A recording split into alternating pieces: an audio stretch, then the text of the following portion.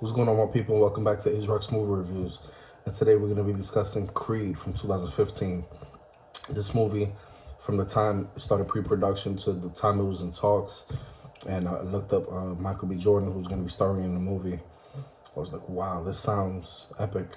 You know, not only because he was going to be in the film, but Sylvester Stallone was going to be reprising his role as Rocky Balboa. I was like, wait a minute. You know, and I saw that title, and it got me intrigued. It was like Creed. It's crazy because in the Rocky franchise, obviously Creed had died. So I'm like, okay, are they remaking his character? Is he playing a younger version of Creed? And in reality, he is, but he's playing his son, his illegitimate son that, none of us knew, about up to that particular film, the first one, this one that we're going to be talking about now. And this was a movie that needed to be made, man. It was awesome. This movie is one of those movies that has a lot of grit, a lot of substance, a lot of style. Creed goes the distance as an exceptional crowd pleaser, You're going to get various moments. I found myself watching this movie multiple times, a few times in the theater, many times afterwards, DVD, on streaming services. I'm just a huge Micheal B. Jordan fan. He's done a lot, in his career in this short time. And I feel like this movie is going to be the movie, along with Fruitvale Station, that's going to cement him as one of the greats when it's all said and done. And it's crazy how history has a strange way of repeating itself, right? 40 years ago plus, you have Rocky Balboa, who became a household name and turned an unwanted actor, for the most part, into one of the greatest success stories in Hollywood. The fact that Rocky, back in '76, won 3 Academy Awards, including Best Picture, is of little importance compared to, the real-life struggle behind making that film. Sylvester Stallone went through hell just to make sure this film was up in the theater. For Sylvester Stallone, it was a literal rags to riches story that mirrored his life, his struggles to make a decent and honest living. Cut from the same cloth maybe as that character, and as Creed is more than just a trope, in this 7th installment in the Rocky franchise, because this is, right along with the Rocky franchise. This is basically a continuation. And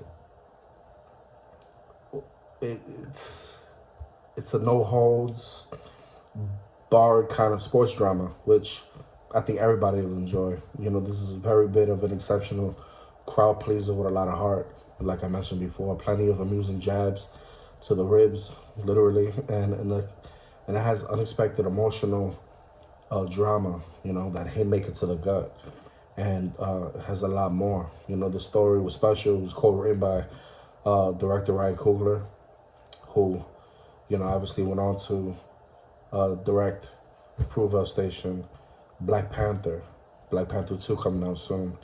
And there's no doubt that Creed, he gave it this passion and love, and this movie is basically a love letter to the first film, which is Rocky, which in itself is a poetic love story about fighting the good fight. Although to the, boxing is pretty much the central theme of this movie, and even though it's often frowned upon as a brutal blood sport that causes serious injuries, at the end of the day, it's still a sport, right? It's never been about the fight, but more about what you're fighting for. And in this movie, he fights for so much. And Coogler has to get a lot of the credit, man. Coogler gets this spot on when, we're introduced to Micheal B's character as a teenager in a juvenile detention center. We find out his name. His name is Adonis Johnson. And I think that's so fitting for his character's name, because if you don't know what Adonis means, it just means pretty much a beautiful person, beautiful man. You know what I mean? And he comes off as beautiful as you can possibly be in many ways, not just appearance-wise. We soon learned that, Adonis is the illegitimate son of Apollo. He had this baby when he was still married, but shortly after, the latter death of his father in Rocky V, in Rocky IV, Apollo's widow, Marianne, played by Felicia Rashad, she rescues Adonis from what is certain to be a life on the streets and raises him as her own in, obviously the Creed estate in LA. And then you get thrown into present day, cuts to present day, and you see him in this corporate executive halfway up the ladder, and you can tell he's not enjoying it. Looks successful doing it, but not enjoying it at all. It's a stark contrast to Stallone's blue-collar stiff in the first film, but this is where both films converge.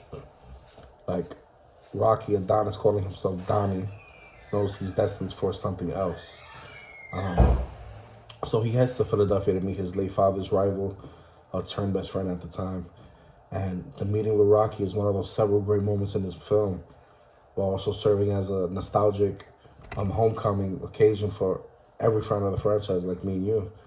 And it's a fascinating, very nostalgic intersection of the past, but none better than the fact in many ways they pull this scene off so nice. Creed is an inverted mirror image of Rocky. They're very, very, very alike. And the chemistry between these two characters is amazing. And before sending this film off on its, own post-setting trajectory, because it's might be a Rocky film, but it's very separate at the same time from a Rocky film. Coogler reveals, his full hand of spades for anybody that plays cards out there. One of which is the legacy of Rocky that he bestows on Donnie. And in essence, Stallone handing over the franchise or the baton, some would like to say, to Micheal B. Jordan, who deserves every bit of it. We may not realize this at first, but that's because we're already smitten, right, by the father, that father-son relationship, significant aspect throughout this whole film. I think that's the bread and butter of this film, for the most part. Donnie has always been an orphan in his mind and in reality, if you think about it. Even though he does get raised the right way by another woman that's not his mom. But, you could tell why he's never taken his father's name. And throughout the film, it's an emotional revelation. And who he is and why he wants to become a professional boxer is one of the biggest, darkest secrets of the film. And when that's exposed, man, it's fulfilling. It's like, wow, this is crazy, The thoughts that go into his head are very equally emotive and very emotional. And with this has a lot of comic interruptions with Jordan and Stallone. They deliver very, very impressive performances, man. I was so happy that Stallone got an opportunity to be a part of this film so many years later. He was stellar. Stallone in particular gives what he has to be his career best performance since Rocky, since Copland. And if this is his franchise swan song, on into, this, it's a very devastating plot device that they use. That's all the more reason why this film is a must-watch. It's a must-be seen. But as they say, the show must go on, right? And Jordan is the new character, the main character of this film. And he's more than capable of shouldering the future films, as we saw. Obviously, this one got a sequel, and the third one is on the way really soon. That's why I wanted to go ahead and do this review, just in time for that third part, And, right after this one, we're going to get into the sequel, which is almost as amazing as this one. But you can tell that the inclusion of a local Philly girl played by Tessa Thompson, man, a huge Tessa Thompson fan. She's pretty much Donnie's neighbor when he comes to Philadelphia and becomes his love interest. And that dynamic, man, is amazing. That really intrigued me. This is one of the reasons I had to go ahead and watch the movie over again, because this movie is going to throw at you different topics, different themes, and, just the theme of Donnie growing up without a father, growing up without his mother who died from drugs in the streets, you know. But at the same time, growing up, pretty fortunate as well at the same time. He didn't need for anything. To have Rocky in your life, coincidental, that you could just go to Philadelphia from LA and go find them whenever you wanted, is pretty significant.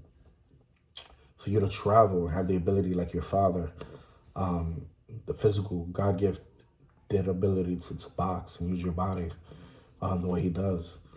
And then meeting Tessa Thompson's character, who is basically an upcoming star in the music game. But what's unique is she's deaf. Yeah, I was like, wow, this movie couldn't get any better and better. Like, how do they go ahead and tell this story? And they do it in such a unique way. They do it in such a beautiful way that it's like, wow.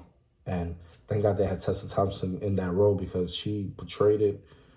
It was awesome to see.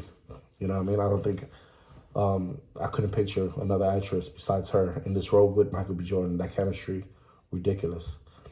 And in future sequels, you see Rocky's beloved hometown, right, of Philly.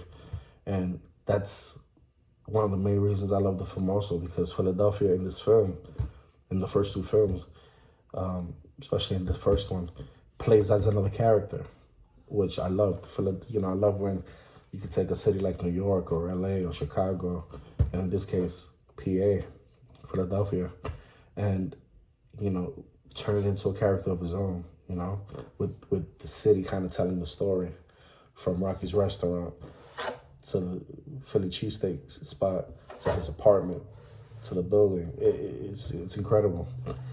But,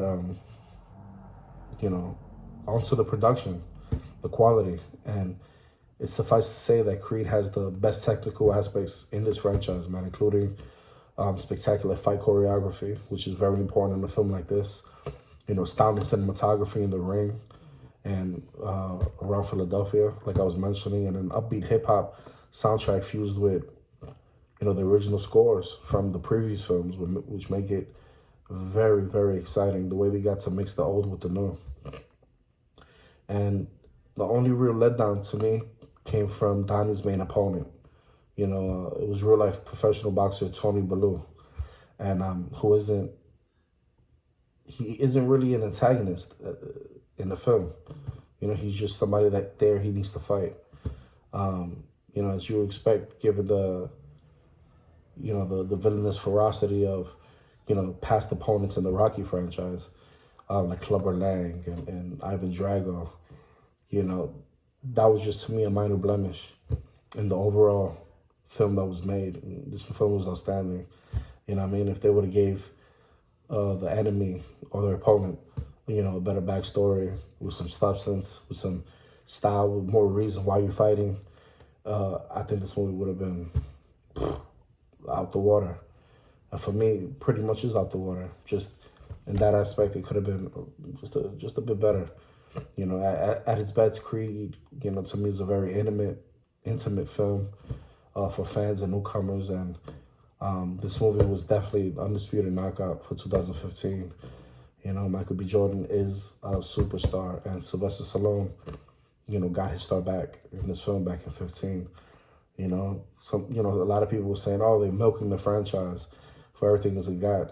Sylvester Stallone returns, and in the 7th installment, right, because there were 6 Rocky movies, this time it's about someone else. A man who, was in his mother's womb while his father, the legendary Apollo Creed, got his hands, dealt to him, in the 4th Rocky film, as he passed away. And, he left a legacy. And to me, it was an exhilarating showcase of talent, of heart. Ryan Coogler, who should get all the credit in the world as the director of this film, delivers on everything that a great boxing film, should. And it represents, a full return to the form of Rocky. And Micheal B. Jordan definitely cemented his status. Tessa Thompson not only plays a love interest in this film, but she plays a very essential part. And she's an amazing actress in this. And this definitely is a must watch. You got to go check it out. Check it out with your boys. Check it out with your loved ones. To me, this movie was a 9.5 out of 10. You know, except for that, they would have had a better villain, a better opponent, and a better story. Back of that, this movie would have been a 10 out of 10 for me. But this movie's up there anyways. So I recommend it highly. Go check it out. That's the review. And if you like this video, all you gotta do is hit that like button, hit that subscribe, and share this video with your loved ones. See you on the next one. Peace.